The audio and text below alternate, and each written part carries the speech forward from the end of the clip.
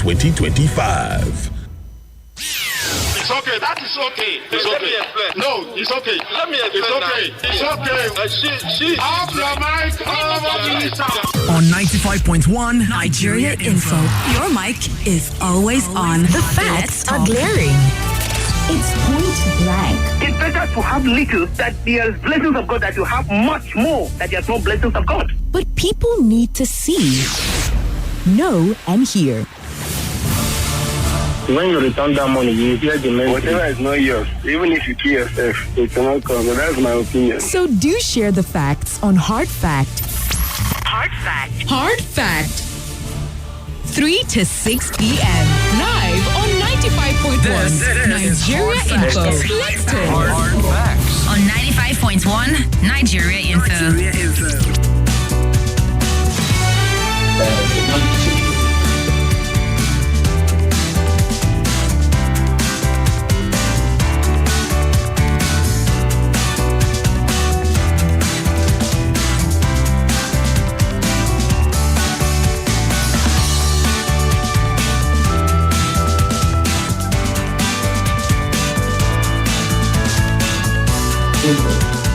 All right, Abuja. Thank you so much for staying tuned into 95.1 Nigeria Info, your passionate, trustworthy, and conversational radio.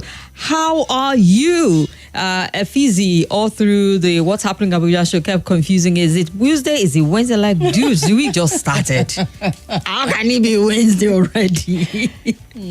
I'm like, Thursday or Wednesday, like, just had one day in the week and you already want it to be Wednesday. I wish it ended there. Apparently, he told people yesterday that I was not going to be on the night show because he thought it was a Tuesday already. You know, he's basically one day ahead of the rest of us. Why is the billionaire's head scrambling? What is Too not much glitching? money? I wonder.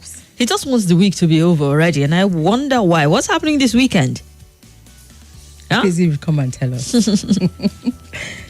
Talking about things happening, we're looking forward to season 2 of I Beg to Differ. Have you sent in your entries yet? Have you?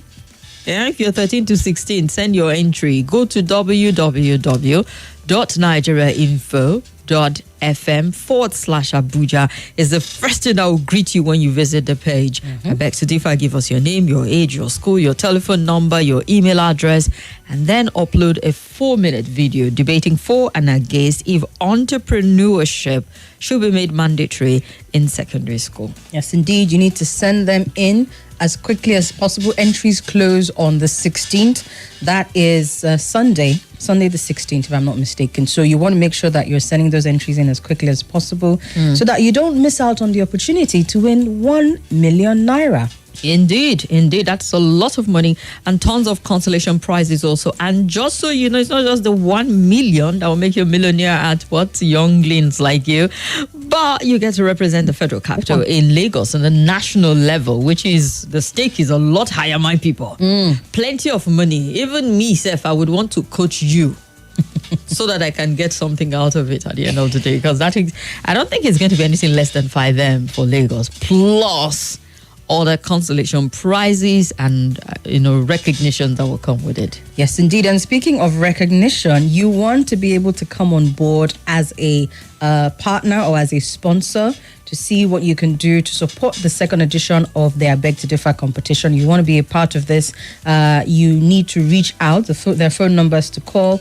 You want to call in and let us know this is how you want to sponsor or partner with Nigeria Info Abuja to get those students on the road to winning that money. Yeah, we will tell you more about this at the 5 o'clock hour because we have our guest patiently waiting at the other end to join us to look at the big story. We've got Bode Gbadebo.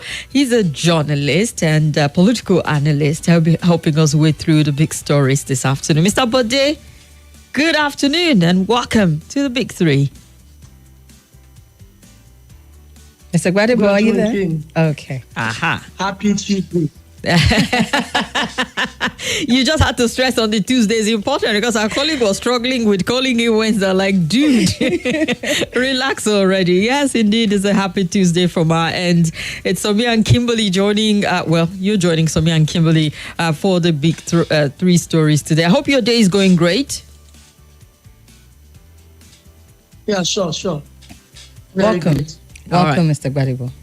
So let's start off with the stories that we have. So, do you have the stories? Do you have them listed?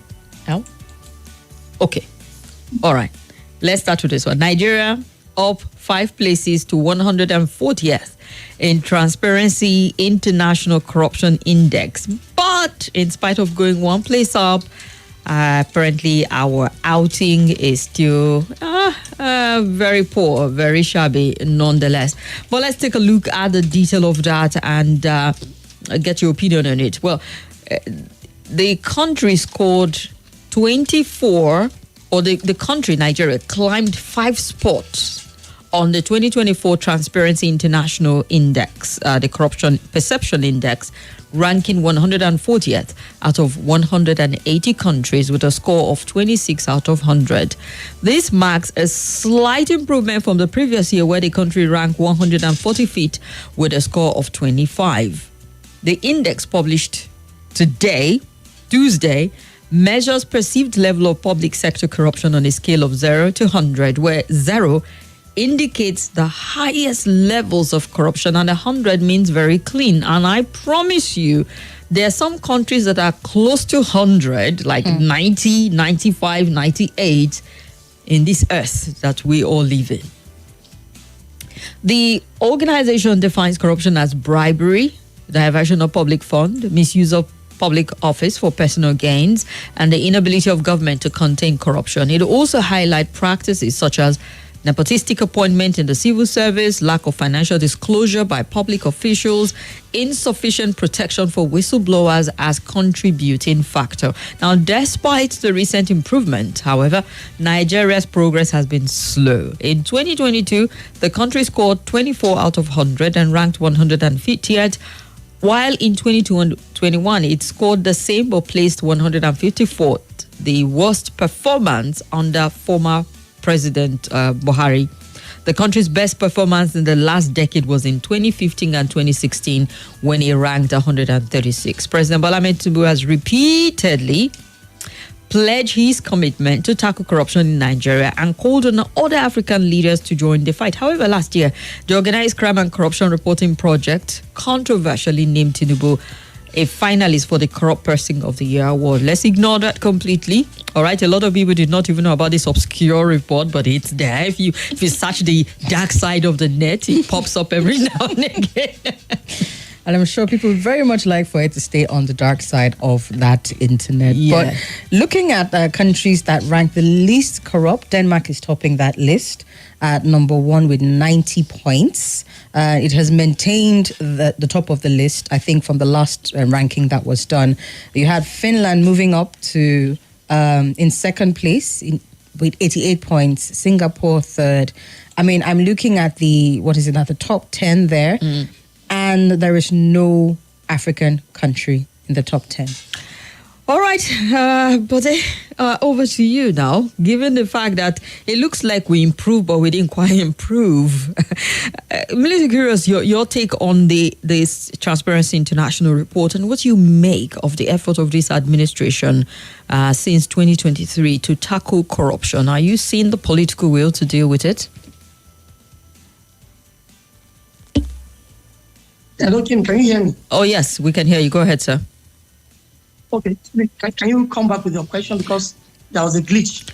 Yeah, I asked your opinion about the Transparency International report, the latest that has come out, and what you make of President Bola Ahmed Tinubu's anti-corruption effort. Do you think he's really putting and committing to it, to tackling corruption? Because, from some perspective, with some critics, they don't think so. I think this is a latest CPI, Corruption Perception Index, from Transparency International. Is that warming for me? The 2025. I think the perception index was for 2024. Yes. 2024. Yeah. But just being released in February 2025. It's what heartwarming because I think in a long time Nigeria has not even moved an inch. But this time around we moved up 5 places. Even though the organization said our efforts are slow. And these are not far-fetched. You know where this is coming from. As we speak, as far as illicit financial flows is concerned, Nigeria on the grey list. But thank God, the NFIU, we always tell us that it's making, concerted effort to make sure that Nigeria exits that grey list. Also, the EFCC, we always tell us what they are doing. The CBN, we tell us what they are doing to sanitize our fiscal and monetary policies and the rest of them. But then, there are takeaways. I think let's say kudos to President Bola Tinubu's administration, that in the last 1 year or so, some things have been done to make sure that Nigeria actually move up a bit. And this CPI, the Corruption Perception Index, is only about public sector corruption. It's not even about what is happening in the private sector. Nobody knows what's happening in the private sector. It's only about public sector. But then, yes, Nigeria has moved up, but yes, they say we are slow, because I want to believe, because our anti-corruption fight is selective, then a lot of things are shrouded in secrecy. No openness in the way we carry out, the business of government in Nigeria. So, of course, what that means is also an indication of corruption. But it's a journey. I hope one day we will be where we desire to be. But a lot of work need to be done to make sure that we are at par with developed countries in this regard. Look at one thing about that report. No African country in the first 10. In fact, the least corrupt African country is number 30-something. That is Cape Verde. Cape Verde. So you can see how the gap, there is no. But is it a case of we have as far as Africa is concerned?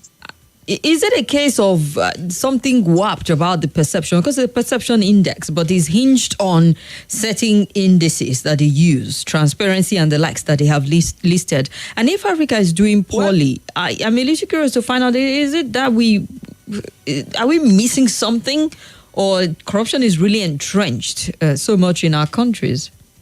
Of course, no. Corruption is entrenched in this country. You know that.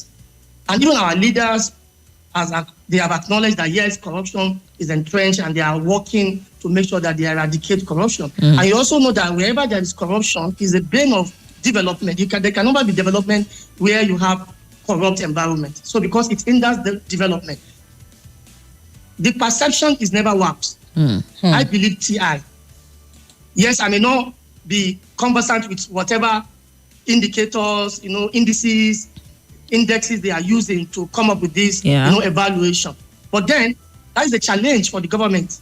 The Tinubu government can come out and say, oh, yes, we acknowledge this position, but we hope to do more, and this is what we are doing. And they can also come out to tell Nigerians that, see, the TI CPI is not correct. And they should tell Nigerians why it is not correct. They should also tell the whole world why it is not correct. So for me, it is not warped.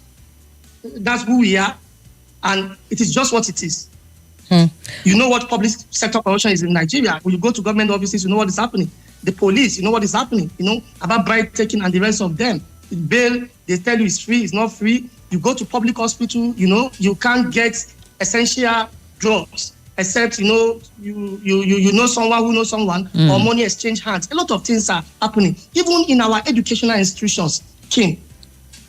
Admission now. I don't know if you know that people buy admission for their children. Oh, yeah.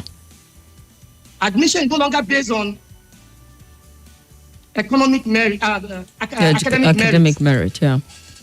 For example, you sit for JAM and you achieve the cutoff mark. No, that's not enough.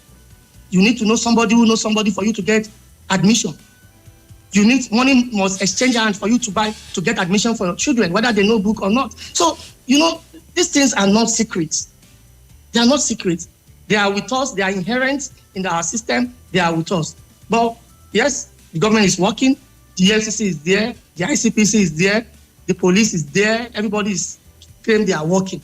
Okay. Let them continue working with sincerity of purpose, so that one day we end up without corruption. But Mr. Gbadebo, I'm a little concerned, when you say that the perception is never warped, because I feel like perhaps we in Nigeria, we know some of the things that plague us, but to see that the least corrupt country, according to their ranking, is in 35th place, again, is the perception not... I don't know, I feel like as Africans or as this part of the world, the perception of Africans and the African continent may never really get to that point where they're looking at us in the true form, which is why sometimes I talk about perception management, image management, and all of that. But I don't know that we would ever be considered, when talking about perception, I don't know that the African continent would ever be considered to be even what it is, outside of the perception of the West. That's just a concern that I have. So I just wanted to mention that because you said it is never warped. I'm a little concerned that sometimes maybe it's just a little warped. Perhaps not when it comes to us in Nigeria, because we know what we're dealing with. But Africa as a whole, 35th, least corrupt. But the thing is, it doesn't matter what the West says. What are Nigerians saying? Nigerians will even tell you we should just be completely close to number one. So that's why I said not us in Nigeria here. I'm talking about the African continent as a whole and that perception about the continent from the West. Yeah, you could be right to some extent. Yes, I know there could be some conspiracies against us in some areas, but in other areas, the evidence is clear. You know who we are. Okay. You know who we are ourselves. Mr. Bode, can we hold you? Can you hold that thought? Let's hold that thought quickly for a break.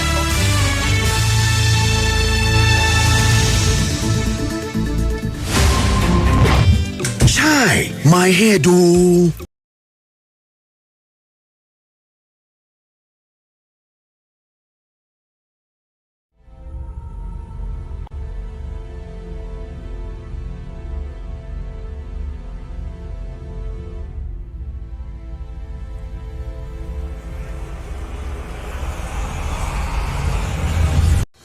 Hello, my name is Kimberly Nwachukwu. I'm the host of Hard Facts, and I bring you the biggest stories driving conversation every weekday here on 95.1 Nigeria Info Hard Fact Show. I love to get your opinion and conjectures, but the facts you cannot dispute here on Hard Facts. Join me and let's talk.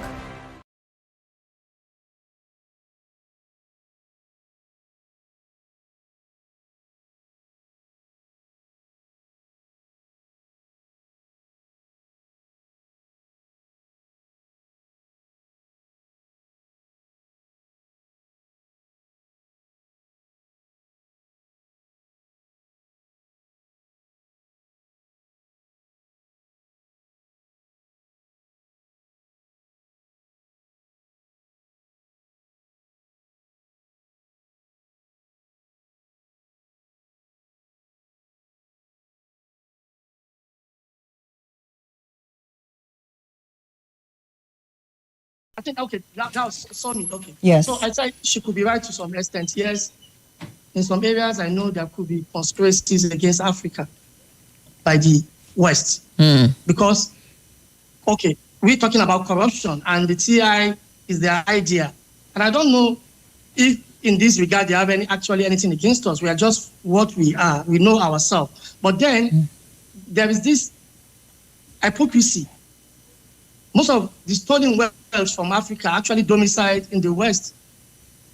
So they are the ones who are taking the money and other fortunes for safekeeping for the corrupt Africans. But unfortunately, they are also the ones ranking us, evaluating us as far as corruption is concerned.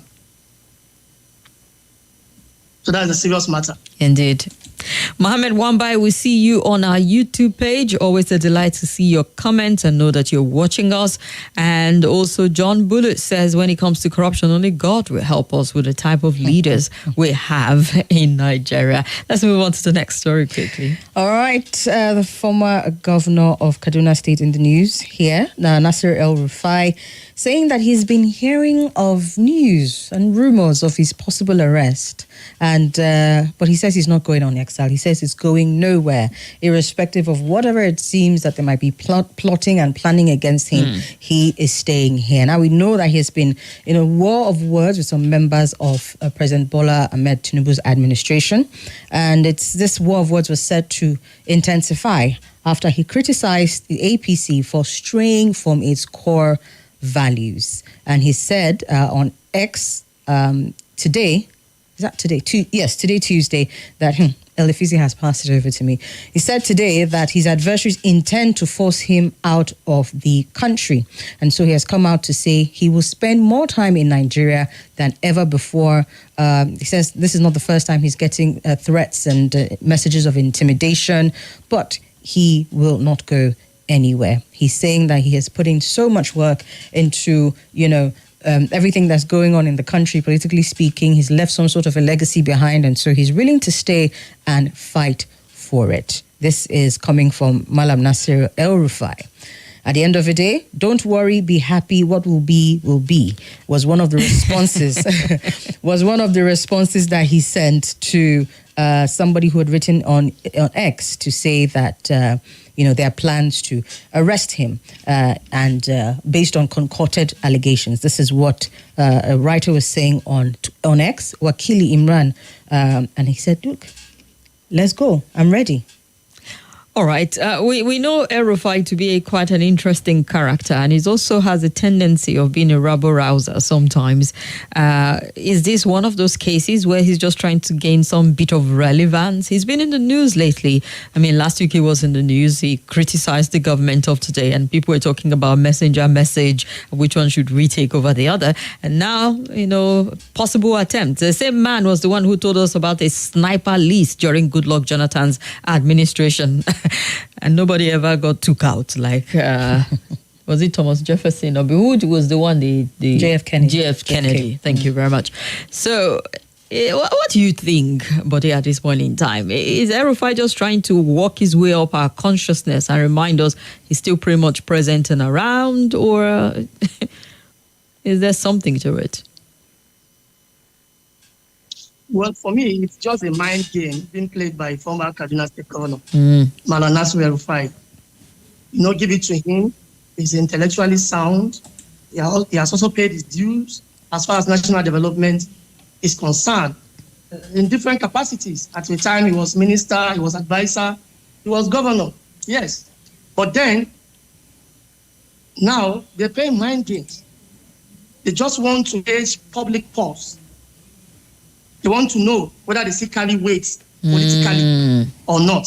And that's why you see all these things happening.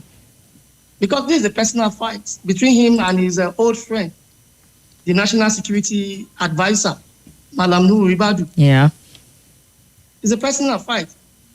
It has nothing to do with Nigeria as a country. It has nothing to do with governance.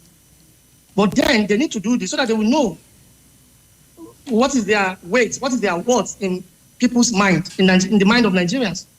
So they get feedback from the comments and everything, radio commentaries, television commentaries, and the people will be talking about it. NSA is fighting, former governor is fighting. People will be making commentaries. And from there, they'll be getting feedback, whether they are still relevant or not. It's just a mind game. We have no business with this. And we are elevating things we need not elevate, thereby losing the big picture. So all these things are just mind game. Now, what are the issues? How does that concern us?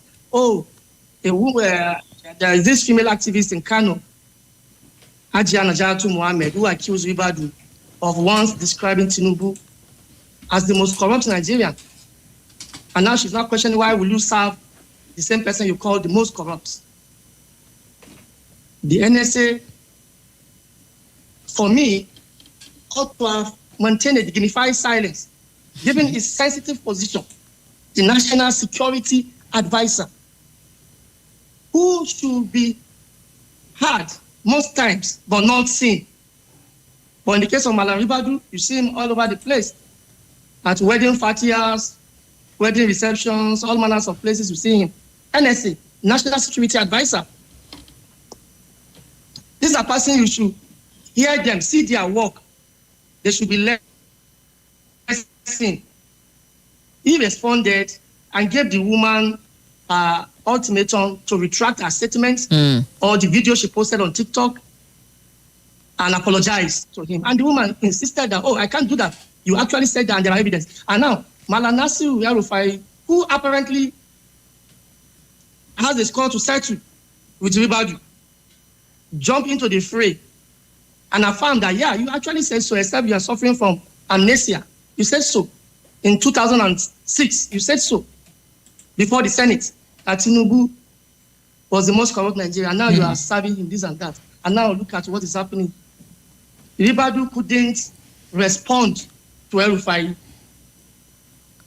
Now he sent his higher links to do that. And El-Rufai's higher links are also responding. And now, they are now captivating our thoughts and, we forget governance and follow things that does not concern. It's even curious because yesterday on the segment of the show, we're looking at K-Fayemi, former governor, who said it was entertainment for Nigerians when politicians speak up, particularly on social media. That is to entertain us. And are you entertained? Good. But there are takeaways, actually. It's beyond entertainment. There are takeaways. Like I told you, they want to gauge the public impulse. They want to know whether you are still they are still in our minds or not, whether they are still relevant or not.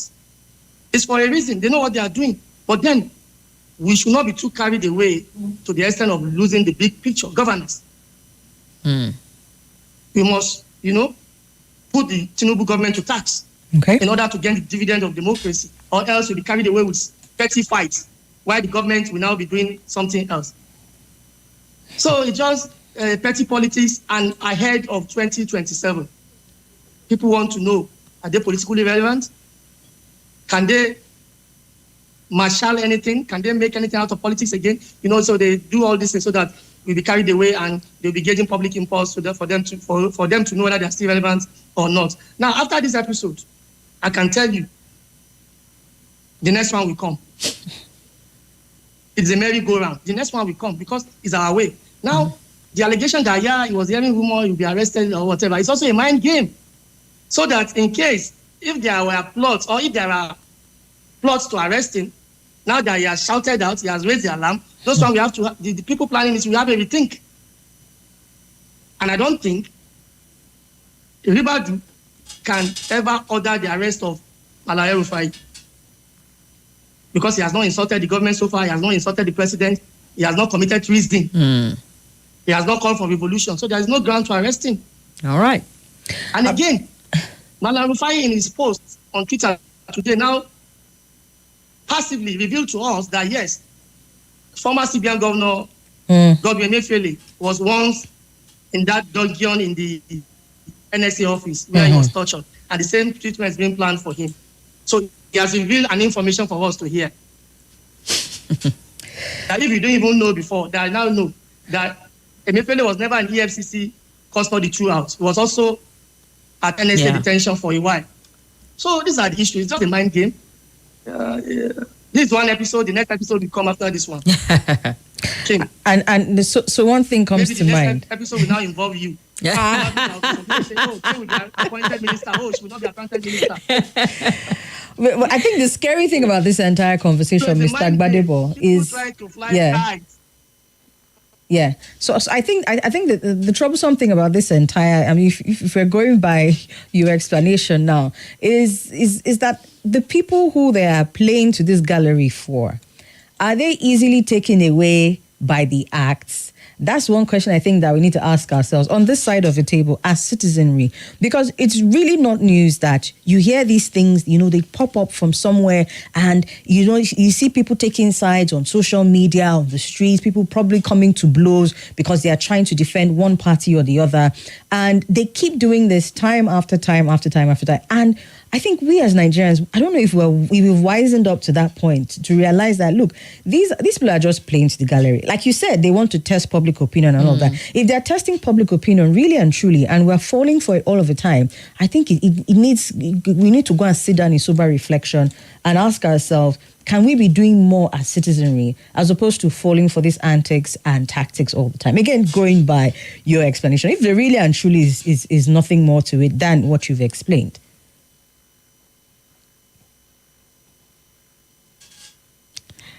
All right. I think... Is he there? I hope so. Just a slight connection problem, maybe. All right, let's look at Mohammed Aziz on YouTube. Says, glad to see my favorite duo on air. Good afternoon to you all. Enjoying the show as always. Hafsat Mazu says, good afternoon, Kim Somi, Mr. Bode. We're all still confused in this El-Rufai's issue. I hope he's in good condition, Joe. John Bullitt says, when it comes to corruption, it's only God that would help us. I think I read that message before.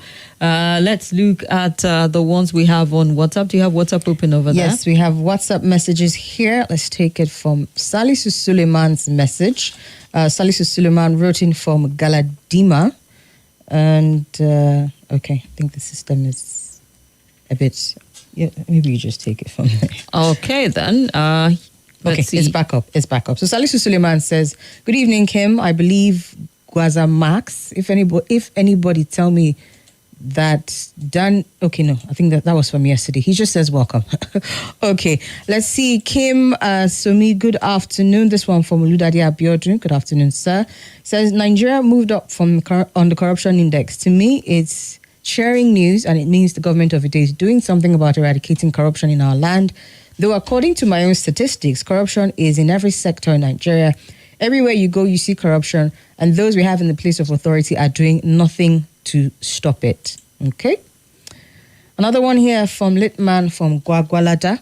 Litman says, on the Corruption Perception Index, the abuse of rule of law, which has characterized the nation's judiciary and public institutions, remain unchanged. It's even more disheartening that Mazi Nnamdi Kanu remains incarcerated with the latest judicial of postponing his case indefinitely. He says, regrettably, the media, which also hold public officials accountable, are in corruption as everyone scrambles for the resources.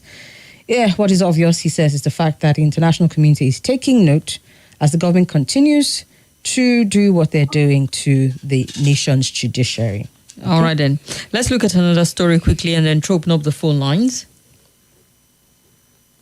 Right. All right, speaking on what the president is actually doing, we are seeing here that he's calling his ministers to come and give account. It says here that he directed all the ministers in his administration to provide public updates on their performance, ensuring transparency and accountability in governance. Mohammed Idris, the Minister of Information and National Orientation, disclosed this during a news conference today in Abuja. According to him, the presidential order mandates ministers to come out and brief Nigerians on the government's activities and achievements, while also allowing the public to ask questions. He says it also seeks to keep Nigerians informed about the administration's progress and ensure that the ministers are accountable for their responsibilities. First thing off the top of my head is, really and truly, can this be true? Where is this going to happen? If they are really opening it up for the public to ask questions, on what platform is it going to be done? No, they're even talking about, engage the press, have press conferences, have media parley. I mean, the FCT minister is known to do that. He called a few of the media people, bring cameras and TV, and they can go on and on and on and on about whatever issue it is he wants to put out. But this time it's going to be tailored to what is your ministry doing? Mm-hmm. What have you achieved in so period of time? Is it going to be quarterly? Is it going to be annually? Is it going to be monthly? To just bring people up to speed and call for a press conference. The media can ask those questions and hopefully get, up-to-date information from them. Mr. Bode, do you think it's something that would help Nigerians understand what really the renewed hope is doing to improve their welfare in all the ministries, that is?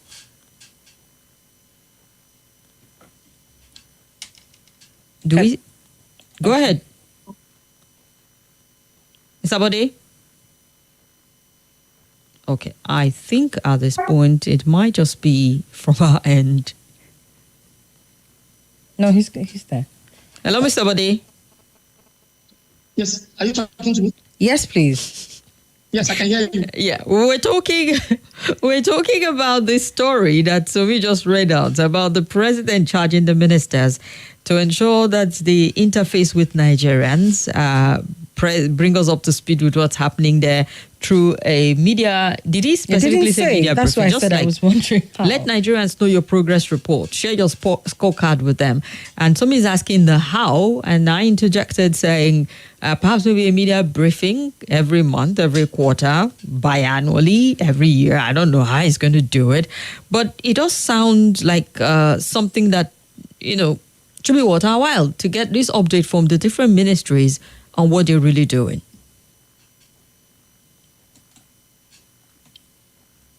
Mr. Gbadebo, are you there?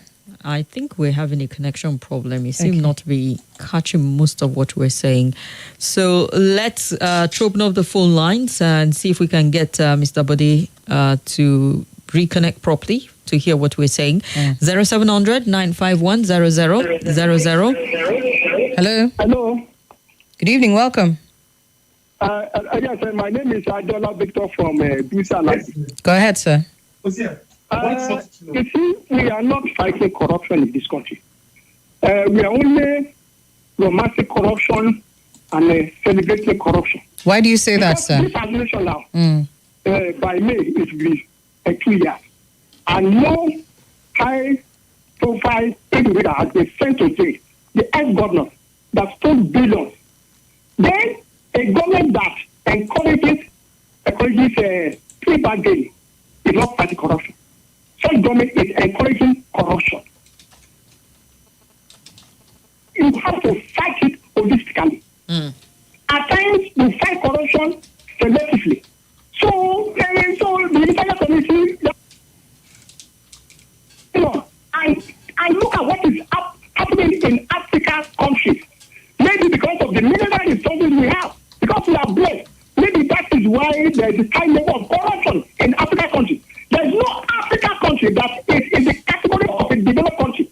And we have resources. Nigeria is supposed to be in that category. South Africa and Morocco. But there is corruption in all countries. So if we want to fight corruption, we have to fight it politically.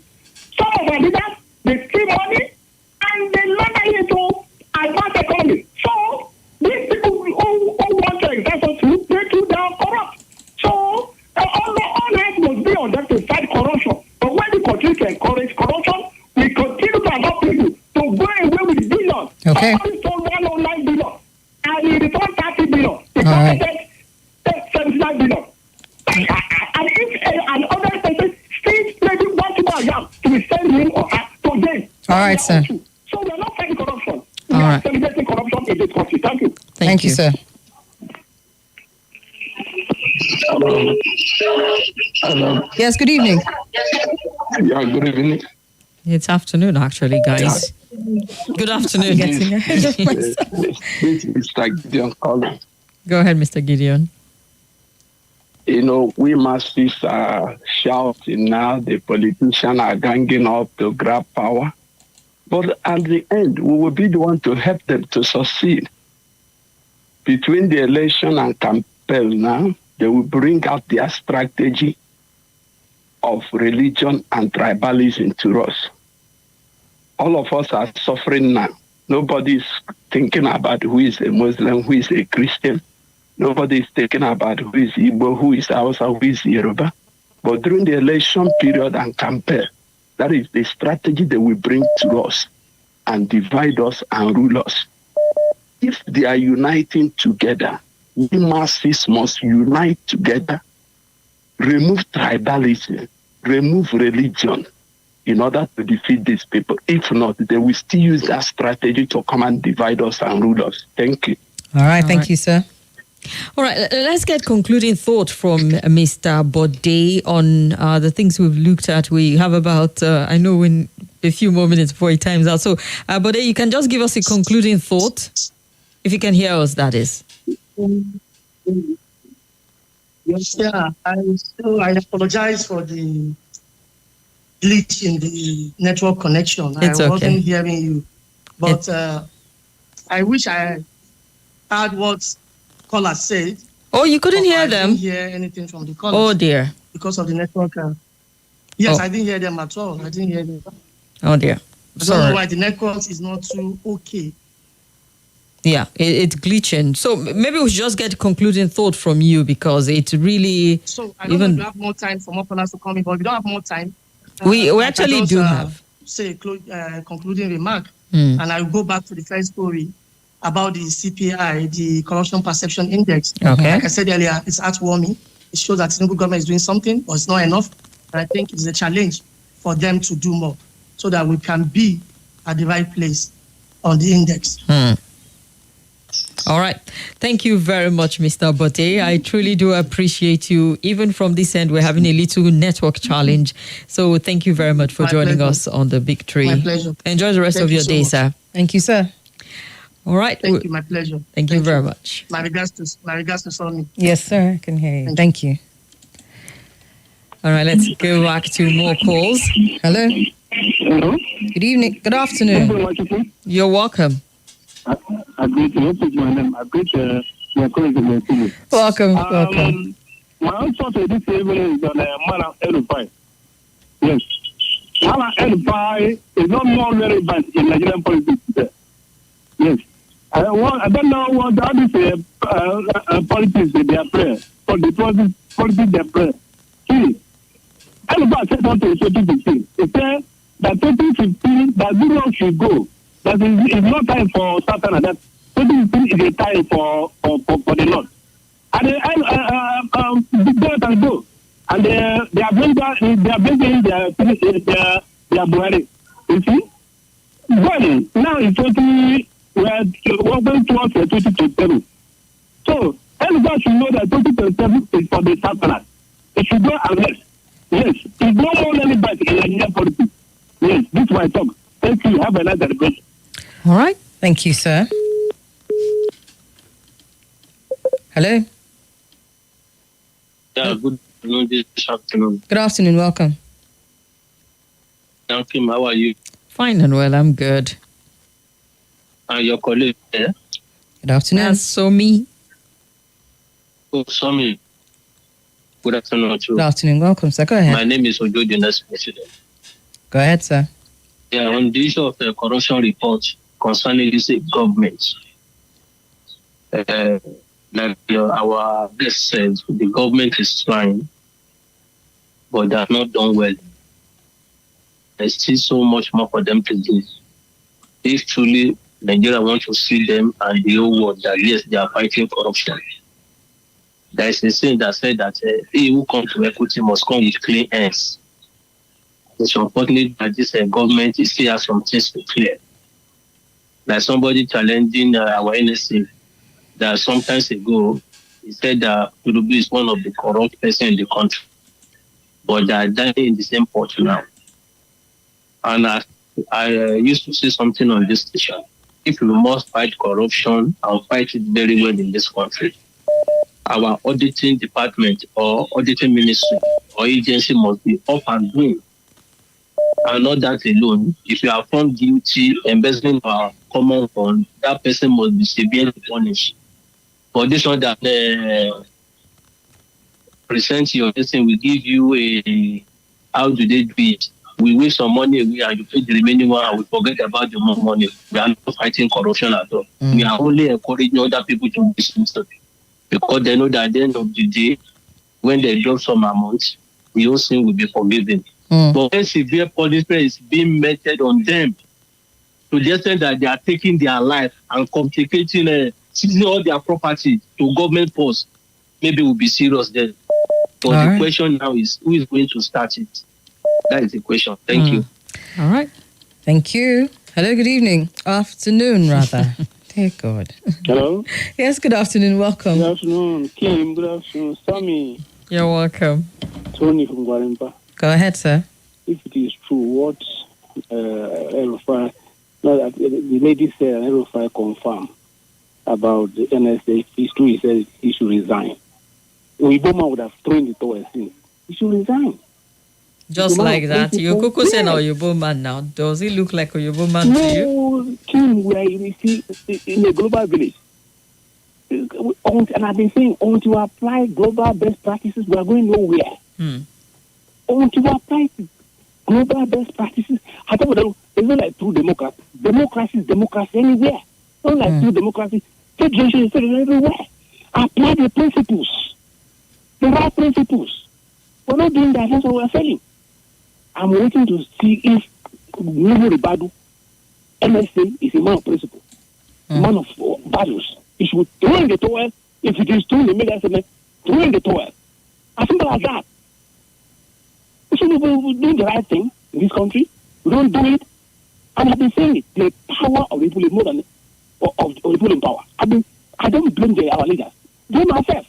To see what Ghanaians did to NPP.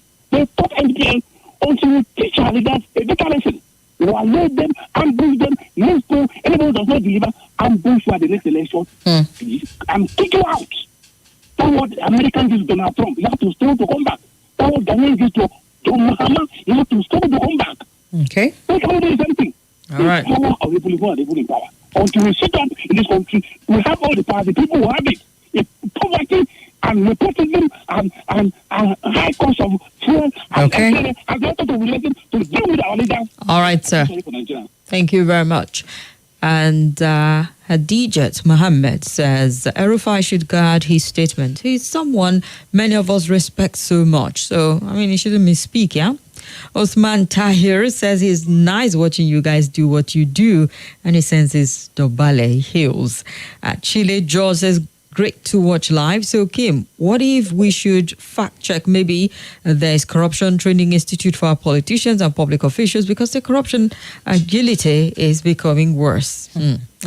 Peter Tegg says, we Nigerians are afraid to fight. No one wants to pay the price for others to enjoy. It will until we hold our leaders accountable without fear of going to jail. APC, why? On WhatsApp here, Leo says the guilty are always afraid of their shadow. El-Rufai once described Buhari as unelectable, but ended up whining and dining with him. In fact, thereafter, he never saw anything wrong with that administration, so he's twice as guilty of what he has accused Ribadu of. Leo, with that message there. I think we need to go on a quick... Okay, no. All right, let's just go ahead. All right, more messages on WhatsApp. Banky from Wuse 2 with this one. He says, hailing the Oracle, Sumi, and the guest analyst. Welcome back. I don't think that much is being done about fighting the concern of this perception index. Much is not being done to really checkmate the corruption in governments and service centers, as he says, which are glaring to all and sundry. Nigerians should use their phones to record and report these prevalent bad practices. We must all fight these corrupt practices. Just a quick one on that. Banky, it will shock you that it's not just at the top.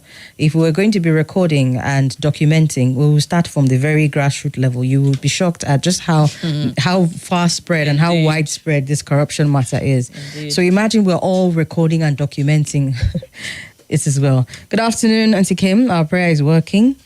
What is this? Onoche, God will put asunder in APC.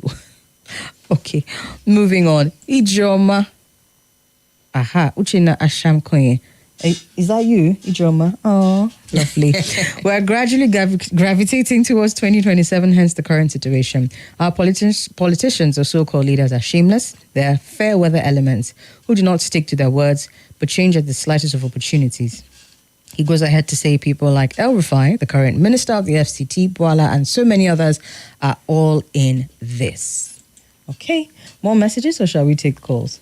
Let's go to the phone lines. Hello, good afternoon. Good afternoon. Okay, welcome. This is Go ahead, sir. Thank you. Are you with me? Yes, we can hear you. Go ahead. Hello? Go ahead. Yes, you heard me very well. Thank you. Concerning the fight, honestly, somebody say he's politically irrelevant now. I don't agree with that person. El-Rufai is among of the people that put APC or found APC or the founders of APC. About 3 of them that are fighting now, which are fighting APC now, which is Rotimi Amechi, Arebeshola, and El-Rufai. They are among of the people that brought APC. And if today they say they are not satisfied, it may be selfishness or whatsoever, yes, you may put it in that way. But is it true that we are getting it right or we are getting it wrong? Concerning corruption, how can you fight corruption with corruption? Tinubu has been at least number 3, I don't know, I think the last time we had something like that, as number 3 corrupt leader. Why Nigerians were not even happy with that statement that Tinubu should be number 1 corrupt leader. Yeah. Okay. And say someone like that should fight corruption. How is he going to fight it? Somebody that says, I got slash the presidency, run with it, and so many things, you know. I don't understand how you say he hijacked and snatched the presidency. Someone organized it. The before election. He said snatch it, run with it, and go and check. It's there. Okay, I will check definitely because I want to know the context in which some of these things. Yes, were I was said. just going to say the context was you're definitely misreading the context. But anyways, quick one here. I think on WhatsApp, Michael from River Park Abuja says, "Hello Kim and Sumi. Good afternoon. I have no strength to talk about corruption in Nigeria. All I want to advise is that people should be careful as Valentine's Day comes closer.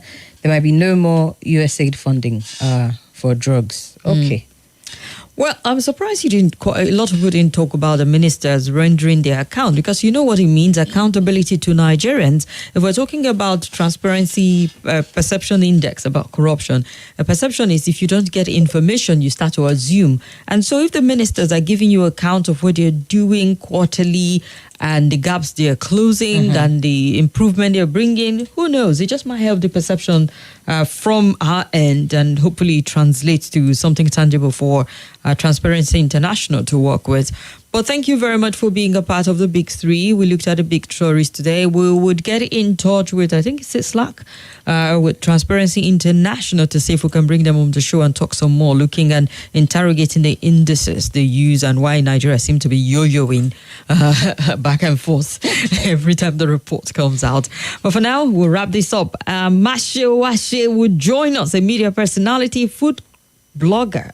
We're talking about eating healthy on a budget. I bet you like that, so stick around.